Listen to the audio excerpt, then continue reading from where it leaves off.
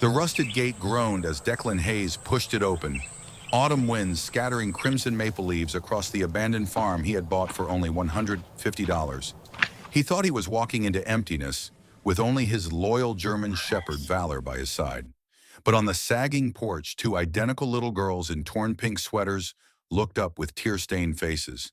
Their voices, fragile as the falling leaves, carried a single word that struck him harder than any battlefield. Daddy! The rusted gate creaked as Declan Hayes pushed it open, autumn winds scattering red maple leaves across the dirt road. He parked his old pickup truck just outside the sagging porch of the farmhouse he had bought for only $150 a price, so low it felt more like a dare than a deal. For him, it was supposed to be a place of silence, far away from warm memories and empty nights. But silence was never simple. Declan carried himself with the bearing of a man who had once commanded chaos. Tall and broad-shouldered, his frame still bore the strength of Special Forces years, though age and fatigue had etched lines into his face. His hair was cut close out of habit, gray at the edges, his eyes sharp, constantly scanning. The army had trained him to see danger in every detail. Now out of uniform, he was still that man alert, restless, waiting for the next noise in the dark. At his side padded Valor, a 5-year-old German shepherd with a powerful body and intelligent eyes the color of amber. Scar tissue marked his right hind leg, a reminder of shrapnel from a mission that had almost cost him everything. Loyal and protective, Valor had been Declan's shadow in the desert and his only companion since leaving the military. The dog moved with silent authority, head lowered as he sniffed the air, already reading the valley like a battlefield. The farmhouse sat crooked against the October sky, paint peeling, windows clouded with grime, porch sagging as if tired of holding on. Declan expected emptiness. Instead, two small figures sat pressed together on the porch steps. They were twin girls, no more than 7, wearing torn pink sweaters and jeans with frayed hems. Their cheeks were pale, their brown hair unkempt, their shoes too small. They looked up as he approached, eyes wide and shimmering, and whispered in unison, "Daddy?" The word hit Declan harder than any bullet he had faced. His boots froze against the wooden steps. He had no children, at least none he had ever known. Yet the sound, fragile as falling leaves, clung to him. The girls stared silently, waiting for him to breathe life into their hope. The one on the left, with hair neatly parted, whispered first, "I'm Ellie." Her voice was steady though her eyes trembled. The other, with bangs falling uneven across her forehead, lifted her chin stubbornly. "I'm Grace." She hesitated, then asked, "Is Valor nice?" Declan glanced down at his companion. Valor seemed to understand, lowering himself onto the porch, stretching his muzzle toward the girls. His calm, steady gaze was invitation enough. Grace reached forward first, her hand trembling before resting on Valor's thick fur. Ellie followed, pressing close. Valor sighed, content, as if assuring them, "You are safe now." Declan crouched to meet them at eye level. "Where's your mother?" he asked carefully.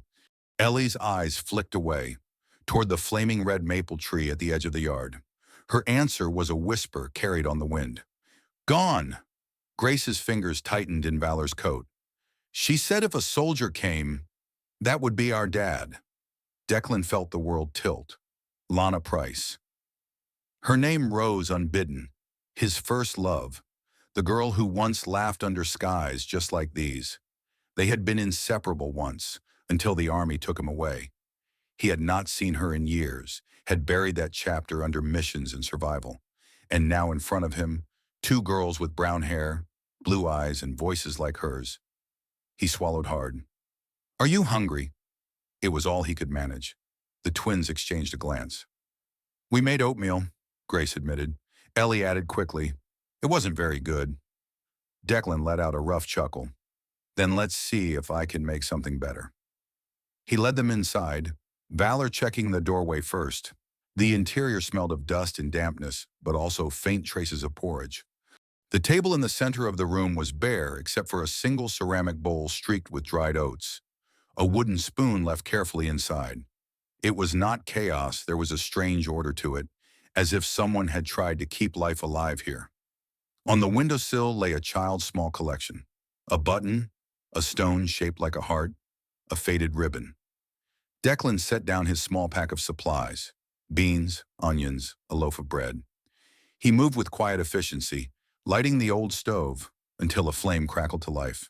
Valor lay by the door, ears alert, while Ellie and Grace sat on the steps, watching every movement as if they weren't used to an adult cooking for them. Declan stirred slowly, letting the aroma fill the room. When he set bowls in front of them, they ate cautiously, spoonful by spoonful, as though food was something rare. It was then Declan noticed the delicate wrists of both girls carried a faint reddish oval birthmark, the exact same as his own. He froze. Coincidence was possible. Fate, maybe. But the thought burned in his chest. The girl's guardedness began to soften. Grace leaned forward, whispering, "Sometimes a truck comes." He watches. Ellie added, "The man is loud." Their eyes dropped to the floor, but Valor's ears perked. Declan nodded slowly, already filing away the details. Cigarette butts on the porch. Fresh tire marks in the mud, a presence lingering here. That night he prepared makeshift beds near the stove, wrapping the girls in quilts he found in an old chest. He sat awake in the doorway, Valor stretched beside him like a sentinel. Outside, the valley was hushed except for the rustle of leaves. Declan stared into the dark, muscles tense, knowing that somewhere on the road a truck had been and might return. Ellie's voice drifted softly from her quilt. "If you're here, does that mean the truck won't come back?" Declan turned toward her, his tone low but steady. "If it does, it'll meet me first." Valor raised his head, eyes glowing faintly in the firelight, as if to say, "And me too." For the first time in years, Declan felt the fragile outline of a word he hadn't dared let himself carry. Dad. Morning came slowly over the valley, spilling gold light across the maples and dripping through the windows of the tired farmhouse. Declan had not slept much. His body remained coiled, his ears tuned to every creak of the old beams and every restless sigh of the girls beneath their quilts. Valor had kept vigil at the door, shifting only when the owls gave way to sparrows. When Declan finally stepped outside to breathe the crisp Vermont air, the porch boards groaned beneath him and leaves fluttered down like red feathers. Behind him came the soft pad of twin feet. Ellie and Grace, still in their pink sweaters, stood side by side, rubbing their eyes but watching him carefully, as if to make sure he had not vanished overnight. Ellie clutched something in her small hands, a wooden box, scratched with age and smelling faintly of cedar. Her eyes, always the more observant, searched his face for permission before she lifted it toward him. Grace's expression was braver, even defiant, but Declan could see the flicker of fear beneath it, as if she already knew the contents carried weight. He sat down on the step, the cold wood grounding him, and took the box. The twins knelt close, Valor settling at their backs like a living wall. Declan lifted the lid, and inside lay photographs, edges curled, some stuck together with time. The first was the one that stopped his breath. Lana Price.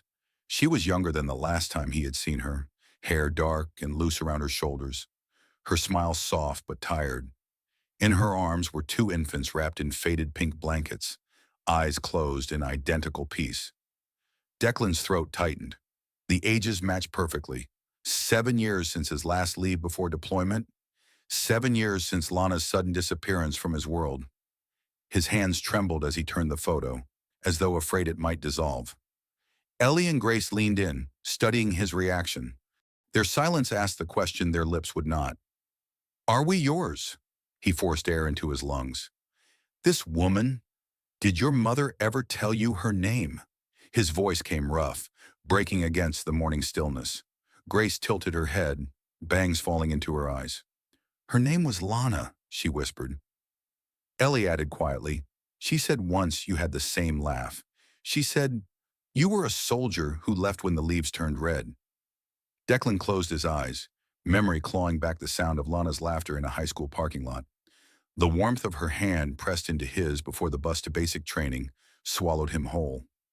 She had waited for a while, but war takes more than time. It takes promises and leaves ruins. Valor nudged Declan's knee then, sensing the weight pressing down. The dog's amber eyes seemed to say, "Stay in the present." The girls reached for Valor at the same moment, burying their faces in his thick coat. The German shepherd lowered his head gently, accepting their touch. The scene looked like it had been painted there, scarlet leaves swirling around the porch, a weary soldier clutching the photo of a lost love, and two children anchoring themselves in the warmth of a dog who had never failed his post. Declan set the box aside, running his thumb over the photograph once more. The red marks on the girl's wrists haunted him. His own was faint now, but still visible, a birthmark shaped like an oval flame. When the girls raised their hands to stroke Valor, he saw it again clearly. Coincidence was possible, but three identical marks spoke of blood, not chance. The day grew colder as the sun climbed, clouds veiling its warmth. Declan led the girls inside, determined to learn more. As he stoked the stove, Grace watched closely, as if memorizing his movements. Declan noticed her restless energy. She was the sort who could not stand still long, her fingers always fidgeting, eyes darting toward the window as if expecting the truck. Ellie, by contrast, sat quietly with her hands folded, her gaze patient, heavy with thought. She resembled Lana most in those still moments, the way she absorbed the room before choosing her words. Declan wondered how two children raised under hardship had managed to survive with such distinct strengths. One stubborn and fiery, the other careful and wise. They ate together, this time with less hesitation. Declan tore bread into halves and slid them across the table. Ellie took hers carefully, murmuring a polite thank you, while Grace snatched hers quickly and grinned, crumbs clinging to her chin. Valor lay at their feet, tail brushing rhythmically, an anchor of calm. Declan asked questions gently. "Do you remember where you lived before here?" Ellie glanced at her sister before answering. "Here was always here," she said. Grace added, "Sometimes a man brings food. He smells like smoke. We don't like him." The bluntness of the answer sent heat up Declan's neck. He asked softly, "What's his name?" Both shook their heads in unison, lips pressed tight. Valor lifted his head and growled low, the sound rumbling through the floorboards. Declan pressed his hand to the dog's back, a signal to ease. He read the message. Someone had been near, and it was not a friend. Later, while the girls played quietly with buttons and stones from their collection, Declan stepped outside to clear his head. The valley was drenched in color scarlet, orange, gold. Yet there was a heaviness beneath the beauty. He crouched to examine the ground again. Fresh tire tracks still carved through the mud near the gate, leading toward the road. They were not his. He straightened, jaw tight, scanning the horizon. He had felt watched since arriving. Whoever the man was, he had been close. Declan returned inside to find Ellie and Grace curled against Valor on the rug. The dog accepted their small weight without complaint, eyes half closed, yet always aware. Declan realized then how naturally Valor had become their protector. The girls trusted him in ways they did not yet trust Declan. It stung, but it also gave him hope. If Valor could bridge the gap, maybe so could he. As evening fell, Declan unpacked a folded blanket he had carried since his deployments, olive green and patched. He draped it over the twins as they drifted to sleep, their breathing slow and steady. He sat back watching them, the photograph still in his pocket like a hidden flame. Tomorrow he would seek answers. For tonight, the only truth he could hold was simple. Two girls, a dog and a soldier bound by chance or fate under the red leaves of Vermont. Declan rose before the twins, restless from the weight of unanswered questions. He left Valor to guard Ellie and Grace and made his way down the dirt road that cut through the valley, boots scuffing over fallen maple leaves turned crisp by the morning frost. The air was sharp, the kind that wakes the lungs and makes every breath sting with clarity. He needed answers, and he knew exactly who to ask. At the edge of the valley stood a weather-beaten clapboard house, tucked behind a hedge of sugar maples. Smoke curled lazily from the chimney, carrying with it the scent of wood and something faintly sweet apples, baked with cinnamon. Declan rapped on the door, and after a moment it opened to reveal Eleanor Collins, a widow in her late 70s. Mrs. Collins was small, barely reaching Declan's shoulder, but her presence was firm, like the beams of an old barn that had survived storms. Her white hair was pinned into a neat bun, and deep lines etched her face, telling of years spent weathering both grief and grace. She had lived in the valley nearly all her life, raising 3 children and bearing her husband after a long illness. Known for her kindness, she carried herself with a quiet dignity that made neighbors instinctively lower their voices around her. She peered up at Declan through round glasses that magnified the sadness in her eyes. "I remember you," she said before he could speak. "Declan Hayes. You left this valley as a boy chasing uniforms and came back a man with ghosts in your eyes." She invited him inside with a soft gesture. Her living room smelled faintly of lavender and old books. Knit blankets draped the chairs, photographs of family filling the walls. Declan sat stiffly, his soldier's frame uneasy in a space so steeped in gentleness. When he asked about Lana, Mrs. Collins sighed deeply, folding her hands in her lap. "Lana Price was a sweet girl, too trusting if you ask me. She waited for you, longer than anyone thought she would.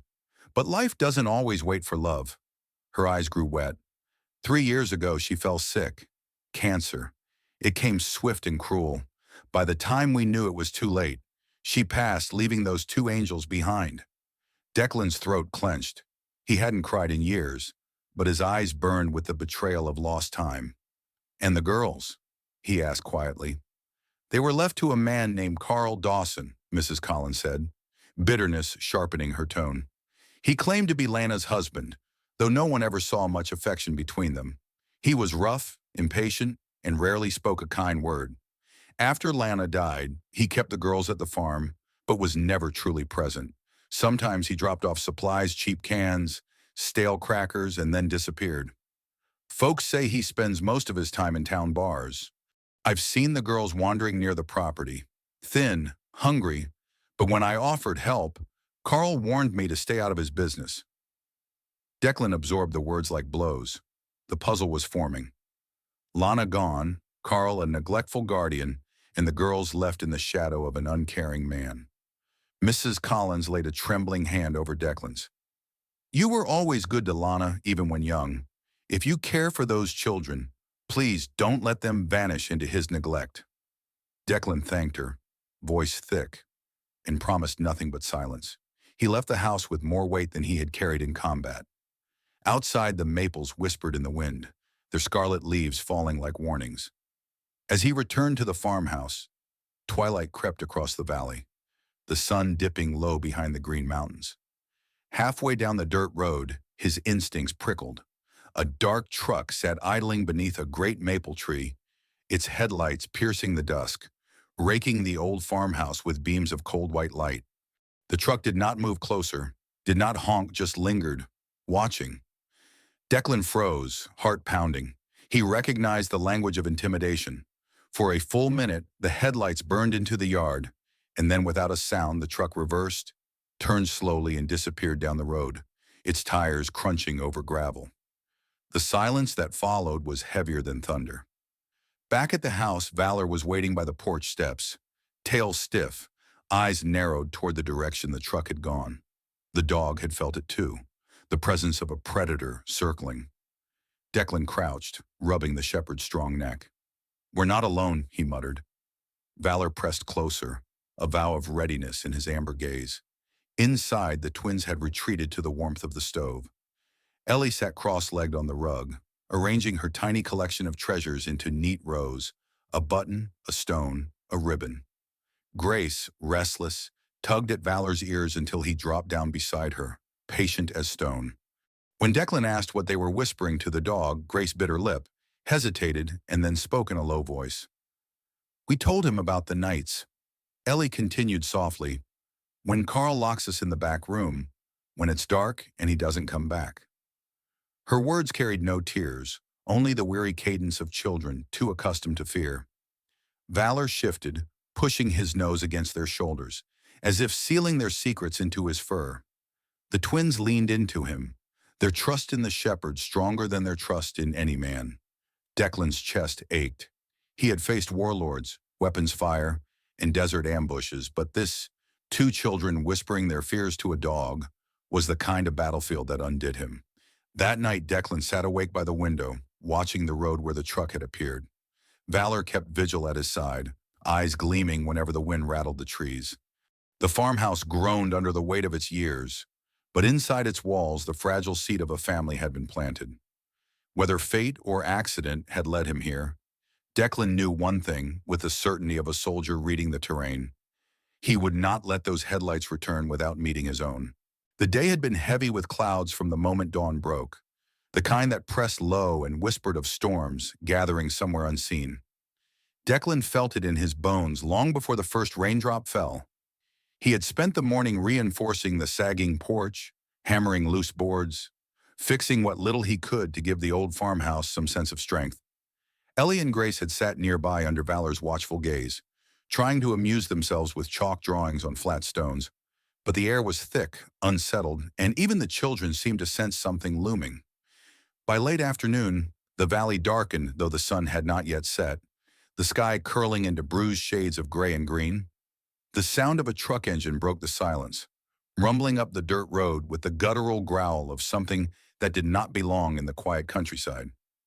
Declan's back stiffened instantly. He stepped off the porch, boots sinking into the damp earth, Valor close at his side. The battered green pickup pulled to a stop at the gate. Behind the wheel sat Carl Dawson. Carl was in his mid-40s, a man hardened not by honest labor, but by stubborn bitterness. His beard was unkempt, streaked with gray, that did not add dignity, but rather a look of neglect. A heavy leather jacket clung to his thick frame, and his narrow eyes carried a perpetual scowl, the sort of look that had cowed children and silenced neighbors. Years of drinking and odd jobs had carved deep lines into his face, but none of them spoke of kindness. Beside him in the truck cab sat Gary Holt, his companion and enforcer, a man built like a doorframe, with a neck that seemed to vanish into his shoulders. Gary was younger, early 30s perhaps, with close-cropped hair, a face pockmarked from old acne scars and hands like clubs. He had once worked at a local mill before it closed.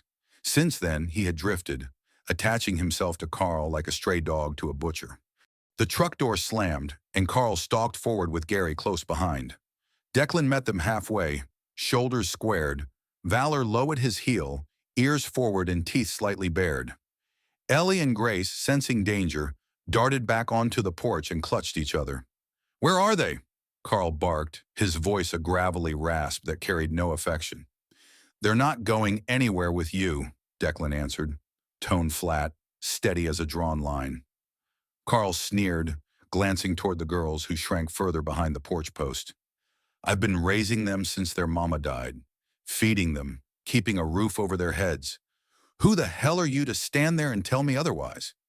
Valor let out a growl that rolled through the air, like thunder answering thunder. Gary took a step forward, and instantly the shepherd lunged, forcing him back with snapping teeth that stopped just inches from his leg. Gary stumbled, muttering a curse, his bravado fading under the dog's unyielding presence. Declan placed a calming hand on Valor's back, but did not call him off entirely. The storm chose that moment to break. Wind tore down the valley, sending crimson maple leaves into spinning vortexes around them. Lightning split the sky, illuminating Carl's twisted face in stark white flashes. Rain followed in sheets, drenching the ground in moments. Carl's rage boiled over. He jabbed a finger toward Declan. "You think you're some kind of savior? You don't know a damn thing. Those kids—" His voice cracked into a snarl, and then the words spilled, unguarded, venomous. "They're not even mine. I just kept them for the checks." The confession hung in the storm-churned air, like a curse broken loose. Ellie and Grace gasped audibly, clutching tighter to each other. Valor stood at the porch step now, chest heaving, fur bristled, a living barrier between the children and the men below. The lightning behind him framed his silhouette like a guardian carved from shadow and flame. The twins' wide eyes fixed on him, and in that moment terror began to change into something else. Belief. Declan's phone buzzed in his pocket, startlingly loud against the storm. He pulled it out with one hand, never taking his gaze off Carl. The screen glowed with the message he had been waiting for. DNA results confirmed 99.99% match. Declan Hayes, biological father of Eleanor, Ellie Hayes, and Grace Hayes. His chest constricted, not with fear but with certainty. He slipped the phone back into his jacket, squaring himself. "You're right," Declan said coldly. "They're not yours. They're mine." Carl blinked, his scowl faltering for just a second before twisting back into fury. "Yours," he spat. "You walked away from Lana years ago. You left her to rot and me to pick up the pieces. Don't come here playing father now." Declan took one deliberate step forward, his voice steady against the howl of the wind. "You didn't pick up the pieces, you broke them further. You abandoned those girls even while standing in their house. And now they'll never spend another night afraid of you." Gary shifted uneasily, glancing at the storm around them as though searching for a reason to retreat. Carl looked from Declan to the porch, where the twins clung to Valor, and something in his posture wavered. He spat on the ground, rain washing it away instantly, and growled, "This isn't over. I'll be back with papers, with proof. You'll see." Declan did not flinch. Valor stepped forward once, a low growl vibrating in his chest, and even Carl took a half step back before turning on his heel. The two men stomped to the truck, slammed the doors, and the engine roared to life. Its headlights carved briefly through the rain before vanishing down the road, swallowed by the storm. The silence that followed was filled only by rain hammering the roof and the ragged breaths of those left behind. Declan turned toward the porch. Ellie and Grace were still pressed against each other, but their eyes now sought him, wide with both fear and something like hope. He climbed the steps slowly, crouched before them, and held out his arms. After a moment's hesitation, the twins threw themselves into his embrace, Valor pressing close beside them, his wet fur brushing against all three. "You're safe," Declan murmured into their damp hair. "I won't let anyone take you. Not now. Not ever." The storm raged on outside, but within the circle of soldier, children, and dog, a fragile truth had been carved from chaos. For the first time, Ellie and Grace allowed themselves to believe the word they had whispered days ago. Daddy. The storm had passed, leaving the valley washed clean, but Declan knew the battle was far from over. Carl's threat to return with papers was no bluff. Declan also knew that if he didn't act swiftly, Carl would twist lies into weapons. For the first time in years, Declan felt like a man with something worth fighting for. The soldier in him reawakened, not for a foreign cause, but for two children and the fragile trust they had placed in him. 3 days later, Declan stood in the office of Samantha Davis, a family lawyer in her mid-30s, known in town for her fierce sense of justice. Samantha was of mixed heritage, her mother Korean, her father from Maine, and she wore her identity with pride. Her dark hair was cropped short for practicality, her eyes sharp behind thin-rimmed glasses that gave her a no-nonsense air. She dressed in muted navy suits, crisp and functional, her voice firm but warm when speaking to clients. At 26, she had already built a reputation as someone who took on cases others dismissed. Declan laid the documents on her desk, DNA results, notes of his encounters, and the testimonies Eleanor Collins and the Kings had agreed to provide. Samantha studied them with the cool precision of a surgeon. "You've got a strong case," she said finally, tapping the papers with a pen. "DNA is irrefutable. Add neighbor testimony, and Carl Dawson's record of neglect becomes clear. But we'll need to anticipate his argument. He'll claim continuity, that he's been guardian since Lana's passing. He may try to spin abandonment on your part." Declan's jaw tightened. "I didn't know," he said, voice low. "If I had—" Samantha raised a hand gently. "I believe you. The court will too, with the right presentation. My job is to make sure the girls' voices are heard. Their truth is stronger than any lie Carl can conjure." She leaned forward. "I need you to trust me, the way they trust you." Declan nodded. For the first time since the storm, he felt the stirrings of hope. The weeks that followed were filled with preparation. Samantha visited the farm to meet Ellie and Grace. At first, the twins were shy, clinging to Valor, who positioned himself between them and the stranger. But Samantha knelt on the porch, lowering herself to their height. She spoke gently, asking about their favorite games, their favorite meals. Grace, boldest of the two, eventually declared she liked drawing suns with chalk. Ellie whispered that she liked reading fairy tales, though their books were few. Valor, sensing Samantha's sincerity, eventually nudged her hand with his nose.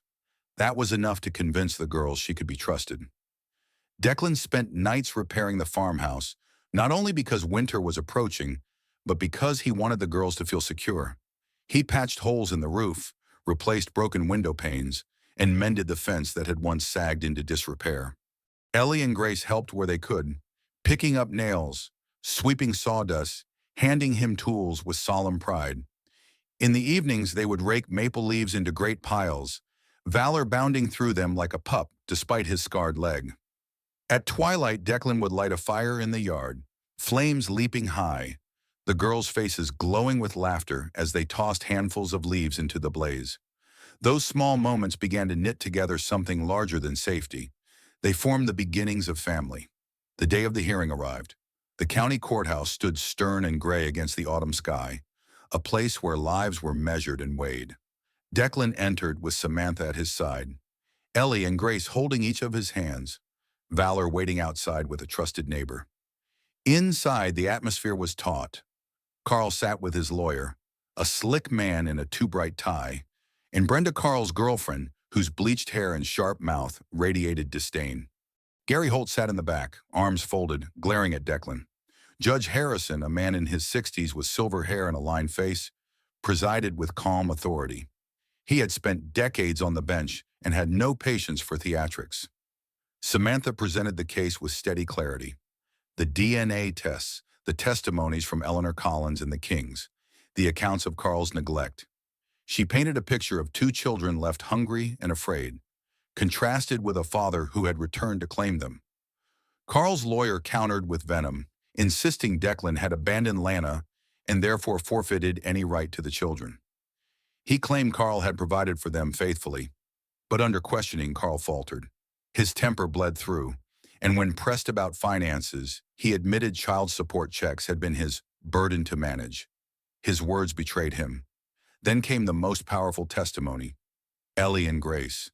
With Samantha's encouragement, they stood before the court.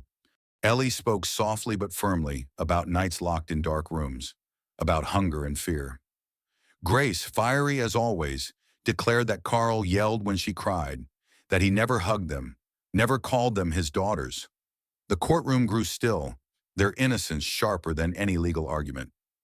Judge Harrison leaned forward, voice grave. The evidence is clear. Mr. Dawson, you have neglected your duty as guardian and sought only financial gain. Mr. Hayes, though absent for reasons beyond his knowledge, has shown commitment and care since discovering the truth. The court grants full custody to Mr. Declan Hayes. The gavel struck. The sound was final, resonant, and liberating. Carl erupted, shouting, but the bailiff restrained him. Brenda sneered, dragging him out with Gary trailing behind. Declan bent down, Ellie and Grace rushing into his arms, tears streaking their cheeks. "Dad," they whispered in unison, their voices trembling but strong. Declan's throat tightened. It was the first time they had said it with no hesitation. That night back at the farmhouse, the valley glowed with autumn's full fire. Declan cooked stew thick with vegetables and beef, the aroma filling the kitchen. The girls sat at the table, cheeks flushed from raking leaves into enormous piles that Valor had leapt through like a pup. Outside, the bonfire crackled, sparks flying into the night sky. The three of them ate together, no longer with the caution of strangers, but with the ease of family. Grace leaned forward, grinning. "Dad, this is better than oatmeal." Ellie giggled, nodding in agreement. Declan laughed, a sound rusty with disuse but genuine. Valor lay at his feet, ears pricked, eyes calm. He looked up at Declan as if to say, mission complete. The farmhouse no longer felt like an abandoned ruin. It was becoming a home filled with warmth, with voices that carried laughter, with the promise of tomorrow. For Declan Hayes, soldier and wanderer, the battle was finally over.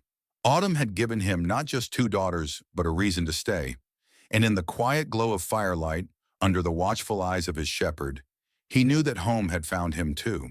Sometimes family is not discovered in the place you expect. It's revealed when truth breaks through the storm. Declan, once a lonely officer with only his loyal German shepherd, found not just daughters but a new reason to live. And Ellie and Grace, once abandoned under the weight of fear, found the safety of a father's arms and the steady heartbeat of a dog who never left their side. Perhaps that is the quiet miracle of life, that even when autumn leaves fall, love can rise again, stronger than before. What about you? Do you believe that love can rebuild a broken home? Share your thoughts in the comments. I would love to read your story. And if this journey touched your heart, please like this video and follow the channel so more people can discover stories of faith, family, and second chances.